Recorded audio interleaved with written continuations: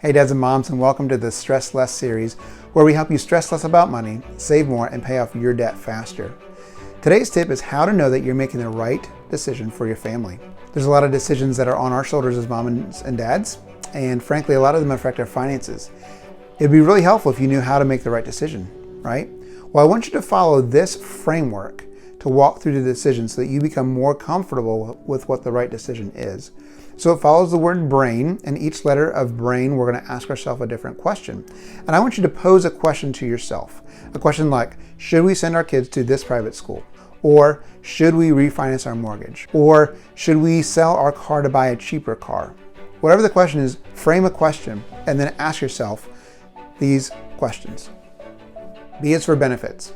What are the benefits of, again, sending my kid to private school, refinancing my mortgage? You get the idea. And be honest with yourself. What are the benefits? Ask your spouse. Sit down with your spouse. This is a good idea to do with your spouse, of course. What are the benefits of this? R is for risks. Now you need to be really honest with yourself.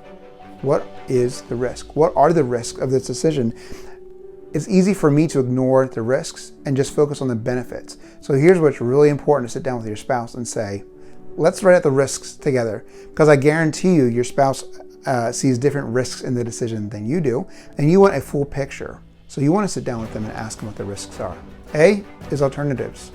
What are the alternatives? Here's where you need to get creative and think outside the box. Now you've probably already been thinking about this decision for a while, so you've already kind of created this box that the decision has to fall into. I want you to put the box away and think outside the box.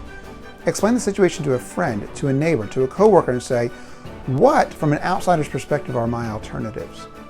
I is for intuition. Let's take a moment and realize that our intuition isn't always correct, and maybe even your intuition has gotten you into poor financial shape before, but it's really important when you're making a decision to at least acknowledge what your intuition is telling you. So grab your phone, piece of paper, and a pen, and write down yes or no. What does your intuition say? N is the last letter. It's for nothing. What if I do nothing? Now, this is called the default future. If nothing changes, nothing changes. What does that look like? Maybe you've already decided that not doing anything is an option. We're not doing nothing. Well, take a moment and write down what nothing looks like so that you remind yourself why it's so important to make the right decision with this. So moms and dads, how do you know that you're making the right decision for your family? Sit down together and answer these questions. What are the benefits? What are the risks? What are the alternatives? What does my intuition say? And what if we do nothing?